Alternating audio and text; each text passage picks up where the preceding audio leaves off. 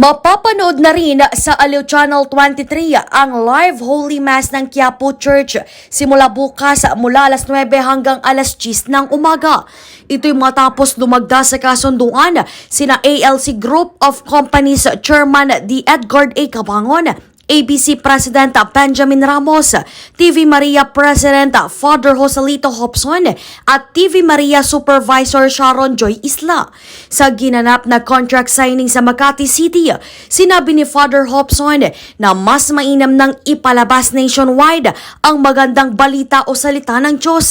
Ikinagalak din anya nito ang partnership o kasunduan ng dalawang partido upang ipalabas ang ilang mga content gaya na lamang ng pagbisita sa mga iba't ibang simbahan, ipakita ang likas na kagandahan ng mga lugar sa bansa, cooking show at iba pa. Well, malaki rin. Unang-una yung collaboration, napakahalaga po yung collaboration o yung sama-samang pag-uusap. After all, ang ating pong manonood ay yung sambayan ng Pilipino.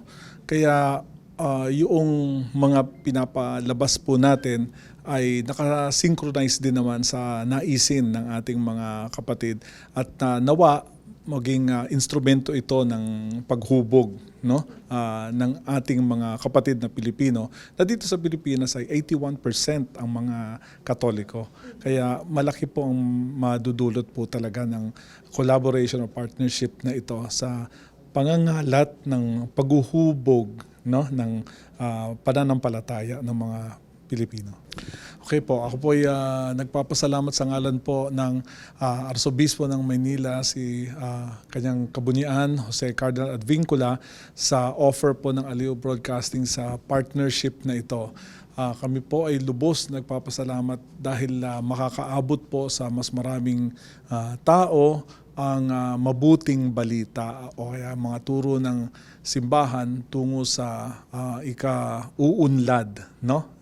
Paglago rin ng pananampalataya at pag-unlad din ng buhay ng ating kapwa. Kabilang sa mga aabangan ng mga manonood tuwing linggo ay ang Misa Nazareno mula alas 9 ng umaga hanggang alas 10 ng umaga.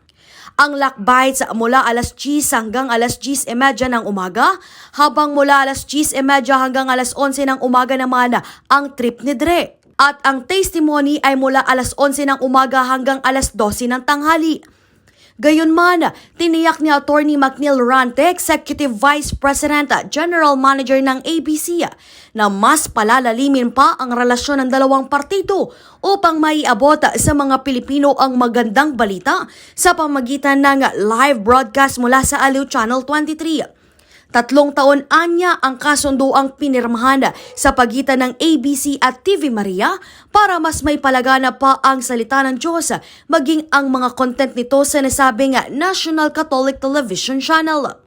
Welcome TV Maria sa Aliw Channel 23. Maraming salamat po sa bumubuo ng TV Maria at mga contents nyo po ay lalabas na sa Aliw 23. We are very much elated with this partnership. So maraming salamat po sa pagbibigay ng trust and confidence sa aming platform, Aliw 23. Ngayon po, mapapanood nyo na nationwide ang mga contents ng TV Maria at dahil po dito, mas maraming maaabot na mga audience para po sa content na ito. So maraming salamat po.